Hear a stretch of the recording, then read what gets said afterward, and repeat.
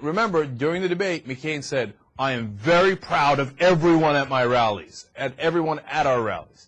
Here they are after a Palin rally. A small town in the swing state of Ohio is where Sarah Palin addresses some of her core supporters. This area is mostly white and working class. And here's what some have to say about presidential candidate Barack Obama. I'm afraid if he wins, the black will take over. It's not a question.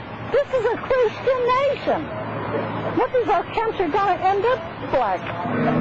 When you've got a Negro running for president, you need a first stringer. He's definitely a second stringer. He seems like a sheep, or a wolf in sheep's clothing, to be honest with you. And I believe Palin, she's filled with the Holy Spirit, and I believe she's going to bring honesty and integrity to the White House. He's related to a known terrorist, for one. He is friends with a terrorist of this country. He must support terrorists. You know, if it walks like a duck and quacks like a duck, it must be a duck. And that, to me, is Obama. Just the whole the Muslim thing and everything. I mean, everybody's still kind of, a lot of people forgot about 9/11, but I don't know. It's just kind of a little unnerving. Obama and his wife, I'm concerned that they could be anti-white, that he might hide that. I don't like the fact that he thinks us white people are trash, because we're not. Hey!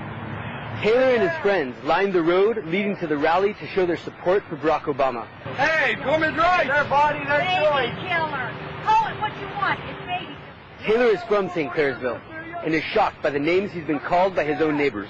I've been called the N-word. I've been called a Muslim. I've been called a un-American. I'm worried with these people. The tension's getting thicker and thicker. When people like me. Worried about what? Be specific. I'm afraid some of these people might try to hurt Obama. The divisive nature of this campaign has brought out into the open what's usually discussed behind closed doors in America. It's a reminder that hate and fear are still powerful forces in American society. Casey Kaufman, Al Jazeera, in Easton, Ohio. Man, that stuff scares me, man. It scares the living crap out of me. It really does. He's a second stringer. Why? Because he's the N-word. So he's a second stringer. They're afraid that the blacks are going to take over. How would that work? I'm always curious about that. What is he, just let everybody into the White House and be like, no, it's okay now, we own it now, come on. JR, when do you get to go? Which bedroom do you get? Do you get the Lincoln bedroom? I know a lot of black folks in the country. How do they all fit in? And what happens when they get the keys to the house? I mean, what? But I'm expecting logic from people who are inherently irrational. He's the one holding the baby. He says, oh, don't worry, Sarah Palin's filled with the Holy Spirit. Oh, okay, well, that's a load off my mind, because I was trying to figure out which one was filled with the Holy Spirit. I knew that Sarah Palin was filled with something. I didn't know it was the Holy Spirit, though. And then, of course, the part, look, there's a woman who says he's anti-white. There's the woman who says, I'm afraid that he thinks we're all white trash. He has never said that, not even come close, not within a ballpark. But I watched that video, and I think, yeah, I didn't say it, you did. But, I mean, look at the video, right? I'm not saying for everyone at that rally by any long shot, right? They didn't interview everybody at the rally, and those people that are on the tape are not necessarily representative. But those ones on the tape, yeah. I mean, if they're not white trash, then I guess white trash doesn't exist. And you could make that argument and say, hey, there's no such thing as white trash. That's a terrible thing to say. But if that category exists, you just saw it. I mean, come on. This guy says the N-word, and he says he's a second stringer. Blacks are going to take. Come on, man. All right, so anyway, but here's the most relevant part of this. Look at what so many of them said.